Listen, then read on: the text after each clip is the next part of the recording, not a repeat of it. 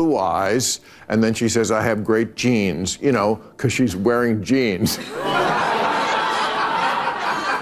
But according to the woke people, this means that she's a white supremacist. It also doesn't help that her bra size is 36 KKK. And again, all the research shows that these trigger warnings don't even work. What they do is reinforce the idea that trauma is central to your identity and that you should let it define you instead of dealing with it, dispatching it, and moving beyond it. People wonder why the younger generations have so much anxiety. It's this stuff. Lots of stuff makes us uncomfortable. You know what makes me uncomfortable? This. You could be forgiven for assuming the Sydney Sweeney controversy was already settled. Apparently not, because the woke left are still furious, desperately trying to cancel her over a completely harmless advertisement. And honestly, this reaction is predictable, since the perpetually outraged crowd is always hunting for a new reason to be angry. Enter Bill Maher, who proceeds to dismantle the woke left for their attempts to cancel Sydney Sweeney. Believe me, this is comedy gold. Let's break it down. Guys, I'm off the grid for August, but Bill Maher is getting close. I don't know if he'll get there, but he's getting closer to the promised land. Maybe. Bill, come on. And in other uncomfortable racial news, sad news, we found out this week that Sydney Sweeney is a Nazi. That was just, no, she's not. But you all see the ad that she's out there. This is a very important ad that we're seeing now. There she is, dressed like Jay Leno in all blue denim.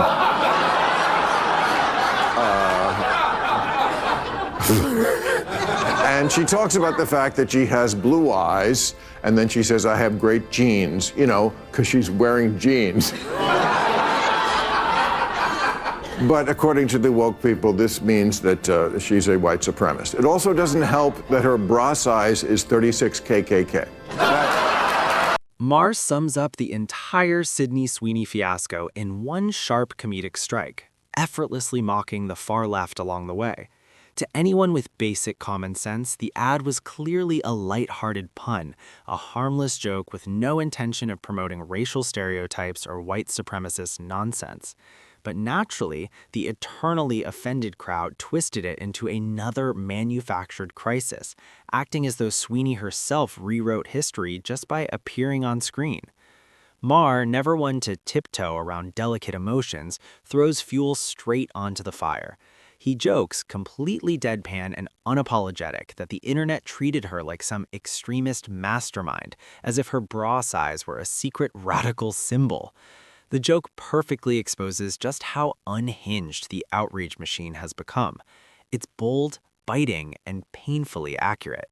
I will say this, they should have been aware when they wrote this ad that this is what some people were going to think. I don't think they did it on purpose, but I also think it's pretty funny that all the online social justice girls are like, it's racist.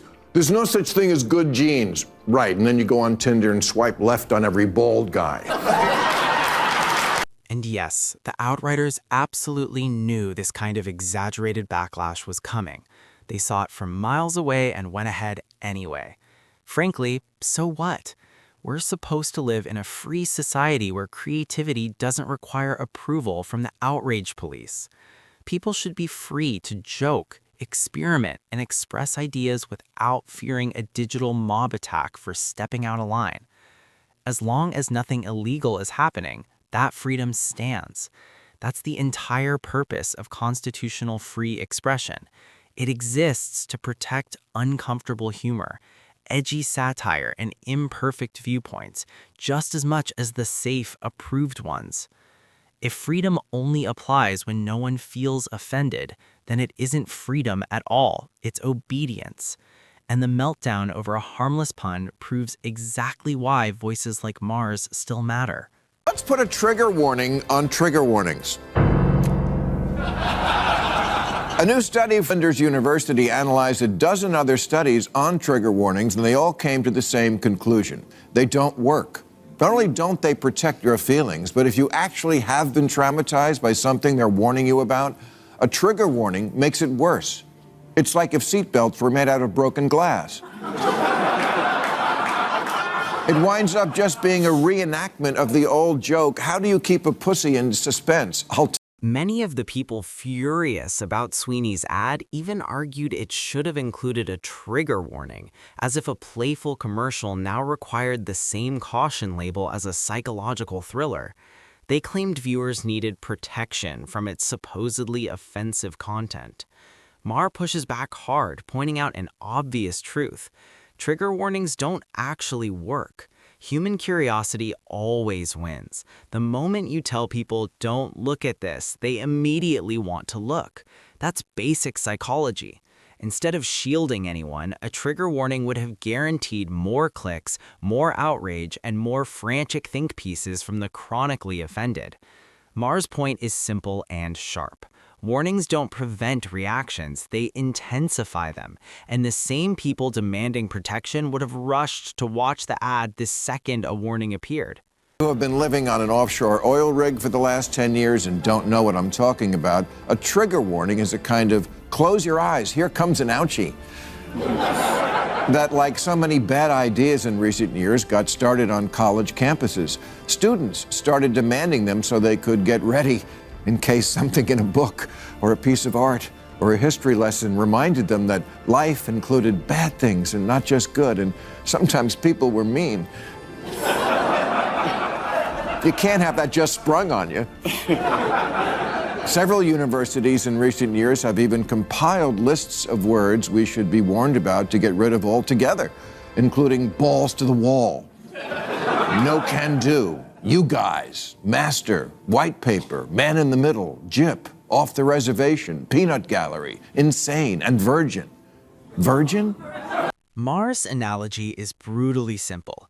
Life doesn't come with trigger warnings.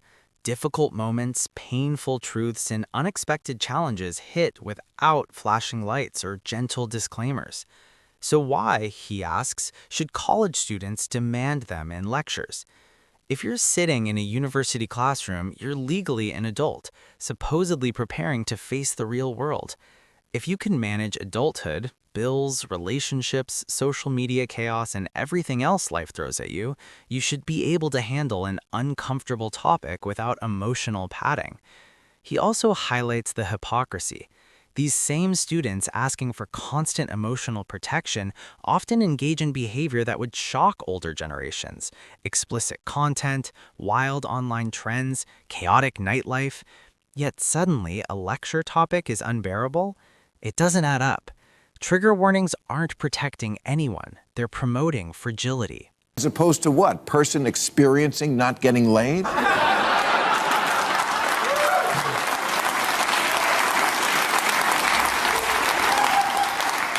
You would think that one would take the cake for the oversensitivity, but the students at Brandeis said, "Hold my baby bottle." They made a list of expressions they don't want to hear because they remind them of violence. Terms like killing it, beating a dead horse, and yes, even trigger warning. Censored words are often replaced with clunky, overstuffed phrases that are either laughably unnecessary or completely absurd. Even when the substitute technically works, it takes extra effort just to decode what the speaker actually means. It's linguistic gymnastics with no payoff. Take the word virgin, for example. Instead of using a simple, widely understood term, some insist on replacing it with the ridiculous phrase, "a person yet to get laid." It sounds like a bad joke or a parody sketch. Yet this is the kind of strange rebranding the woke crowd proudly champions. It's all part of the same performance, the illusion of enlightenment through needless complexity. Instead of clarity, we get empty theater. Instead of communication, we get confusion wrapped in virtue. The trigger warning escaped from campus and got out into the real world, and now they're everywhere. Warnings at the top of Reddit threads and Facebook and Twitter and Instagram posts. Warnings before your favorite serial killer series, before news articles. Disney put an advisory on the movie Dumbo, warning viewers about stereotypes because otherwise you might think it was a documentary about flying elephants.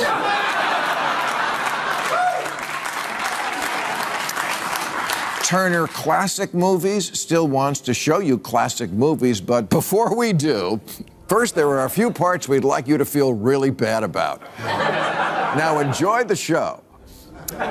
Theaters do it now, too. The storied Guthrie Theater in Minneapolis tipped off their crowd that a play included simulated gunshots, strobe lights, and haze. Haze. Then there's haze. Who exactly is haze supposed to hurt or offend? This is where trigger warnings slip into pure absurdity. Think about it realistically. What can a little theatrical fog actually do? It's just atmospheric mist designed to enhance lighting, not an emotional weapon waiting to detonate.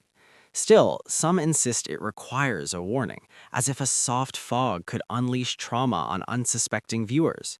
Sure, someone might argue it reminds them of a nightmare or bad memory, but that stretches logic to the breaking point. If stage fog is enough to send someone spiraling, the issue isn't the haze, it's the level of sensitivity we're now expected to accommodate. At some point, these warnings stop helping and start irritating. Not everything needs a label. Again, all the research shows that these trigger warnings don't even work. What they do is reinforce the idea that trauma is central to your identity and that you should let it define you instead of dealing with it, dispatching it, and moving beyond it. People wonder why the younger generations have so much anxiety. It's this stuff. Lots of stuff makes us uncomfortable. You know what makes me uncomfortable? This bullshit. Maher's absolutely right. Instead of letting trauma become a permanent shadow that dictates every step you take, the healthier approach is to confront it, ideally with real support, professional help, or trusted guidance. Maher is absolutely right. Rather than allowing trauma to become a permanent shadow controlling your life, the healthier path is to confront it, ideally with real support, professional help, or trusted guidance when available. Healing comes from working through pain, not dodging anything that might remind you of it. Trigger warnings don't truly protect people. They reinforce the fear they claim to reduce. By constantly announcing that a topic is dangerous, they train the mind to expect distress before anything even happens. Instead of empowering individuals, they often trap them in the same emotional cycle, repeatedly reopening old wounds. They don't build resilience, they erode it. Maher's point is simple but powerful. You don't grow stronger by avoiding life. You grow by facing it, carefully and with support, until it no longer controls you. People who start every conversation with, as a person who, as a survivor of, I'm triggered every time I see a trigger warning. Because I'm reminded of how weak my country has become. It's like wearing a mask on your mind. We keep finding out about new health problems kids have from being locked inside for 3 years, exposed only to filtered air during the COVID era. Turns out that's not healthy. But you know, there is an alternative way of dealing with anxiety. And let me put it in comic book terms so the kids can relate. Bruce Wayne, you're familiar, was afraid of bats. So what did he do? He became Batman. That's the way to go. The most effective way to deal with fear is to face it head on, not hide behind layers of trigger warnings. While warnings may feel comforting at first, they ultimately reinforce avoidance. They subtly teach people that the world is dangerous, that they're too fragile for discomfort, and that stepping outside their emotional bubble is risky. Over time, that mindset doesn't make anyone safer, it makes them weaker, more anxious, and more controlled by their fears. Real strength comes from exposure. Each time you face something difficult, even in small doses, its power fades. Confidence grows, fear shrinks, and you realize you're more capable than you believed. That's how courage is formed. Not through coddling, but through resilience, experience, and pushing past temporary discomfort. Cannot go any further in the other direction we've been going in. We've already passed the point of parity. A student group in Australia recently called for trigger warnings on eye contact. Even the Taliban are okay with eyes.